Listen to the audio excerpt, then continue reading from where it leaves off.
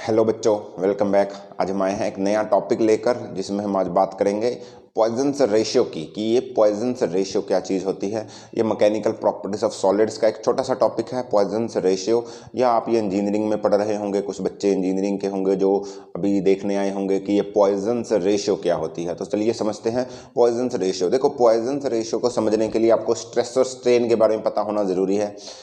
अगर किसी को नहीं पता तो छोटी सी बात बता देता हूँ, फिर आगे चलेंगे।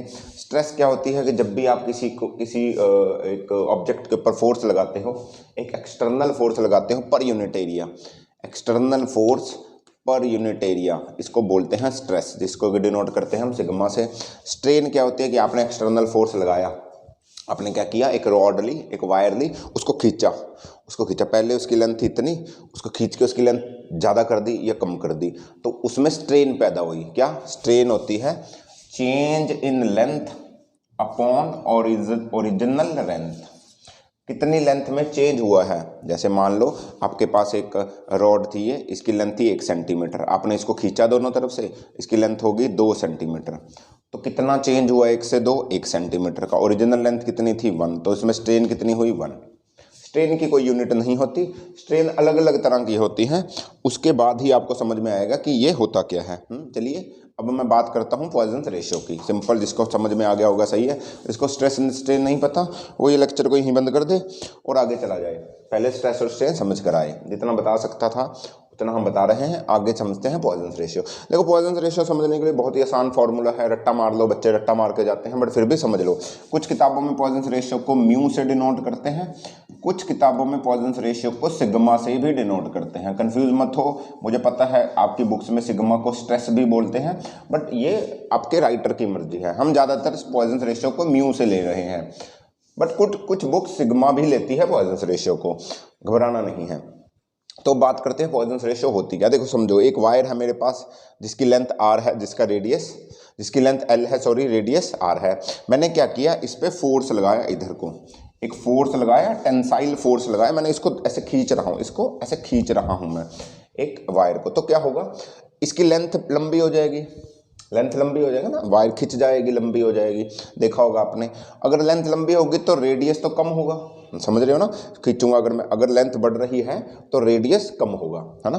तो मैं बोलता हूँ पहले लेंथ l थी, अब नई लेंथ होगी, डेल्टा l का इंक्रीज हुआ है। नई लेंथ में क्या हुआ, डेल्टा l बढ़ गई है, और रेडियस r से डेल्टा r कम हो गया है। कैपिटल R लिखा है, यहाँ स्मॉल लिख रहा हूँ, डेल्टा R रेडियस कम हो गया। तो नई लेंथ बनी L प्लस डेल्टा L, नई रेडियस बना R minus delta R।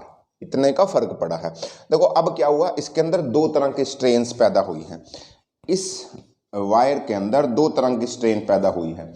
Strain क्या होती थी? Change in length upon original length. एक स्ट्रेन हुई लॉन्गिट्यूडनल स्ट्रेन, ऐसे लॉन्गिट्यूडनल वैल्यू इसकी फर्क पड़ा, L से L डेल्टा L हो गया। तो जो लॉन्गिट्यूडनल स्ट्रेन आई इसके अंदर, जो इसके अंदर लॉन्गिट्यूडनल स्ट्रेन पैदा हुई है, मुझे बताओ कितनी होगी।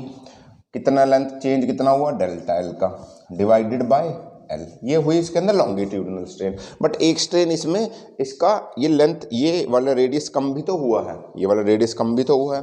तो उस स्ट्रेन को बोलते हो आप लेटरल स्ट्रेन, उस स्ट्रेन को बोलते हो आप लेटरल स्ट्रेन।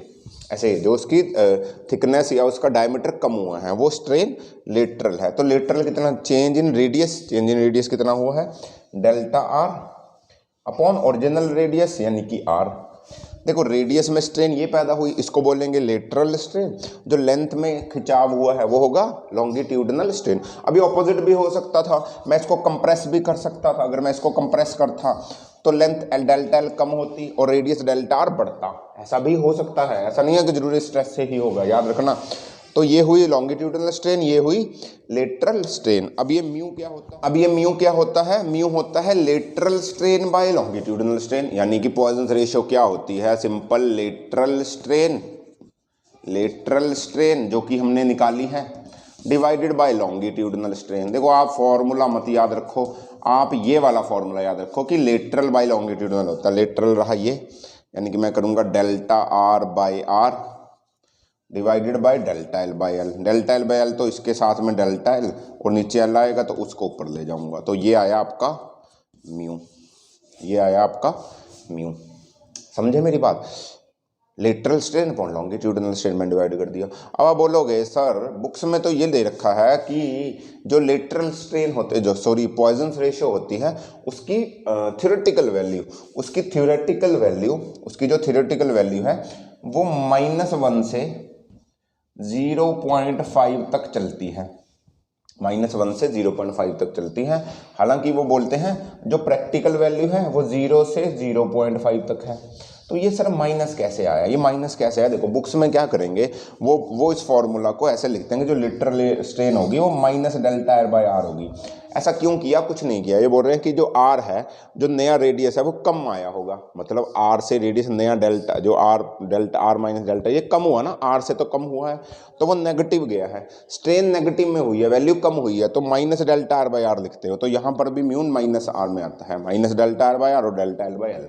ऐसा करते हैं, ऐसा लिखते हैं, नहीं भी लिखोगे चलेगा, कोई फर्क नहीं है। इसका मतलब है कि सिर्फ रेडियस कम हुआ है तो चेंज इन लेटरल स्ट्रेन भी नेगेटिव में गई है, मतलब वैल्यू ज़्यादा थी अब कम हुई है, तो नेगेटिव की बात बोल रहे हैं वो। तो इसलिए बोलते हैं -1 से 0.5 तक होती है अप्रॉक्सीमेटली। प्रैक्टिकल वैल्यू हम 0 से 0.5 लेते हैं, तो माइनस का मतलब यही है कि वो कम हुई है। कौन कम हुई है? लेटरल स्ट्रेन हमेशा उसको कम करेगा अगर टेंसाइल फोर्स है, अगर कंप्रेसिव हुआ तो पॉजिटिव आ जाएगा वो, समझ रहे हो? तो ये रहा आपका बेसिकली, ये रहा आपका पॉइजन्स रेशियो का फॉर्मूला। इसको रिमेंबर, इसको याद रखोगे तभी आपको समझ में आएगा। पेपर में सिंपल सा न्यूमेरिकल आ जाता है 11th में भी या आपके कोई भी इंजीनियरिंग एग्जाम में, तो इसको याद रखो, समझ में आएगा आपको, कभी भी नहीं भूलोगे। तो होपफुली समझ में आया होगा। मैं दोबारा बोलूँगा कि अगर किसी को स्ट्रेस स्ट्रेन ही नहीं पता वो जाकर स्ट्रेस स्ट्रेन समझे, फिर इसको समझना, नहीं तो समझ में नहीं आने वाला। और मुझे नहीं लगता कि आप लोग इतने ही मतलब वीक होंगे कि जिसको स्ट्रेस स्ट्रेन भी नहीं पता होगा। ओके, तो अगर वीडियो अच्छी लगी तो लाइक करें, कमेंट करके ज़रूर बताएं कि वीडियो में क्या अच्छा लगा क्या नहीं अच्छा लगा। हम मिलते हैं अगले टॉपिक में, तब तक पढ़ते रहिए, एंजॉय करें। ऑल द वेरी बेस्ट बच्चों, बाय बाय।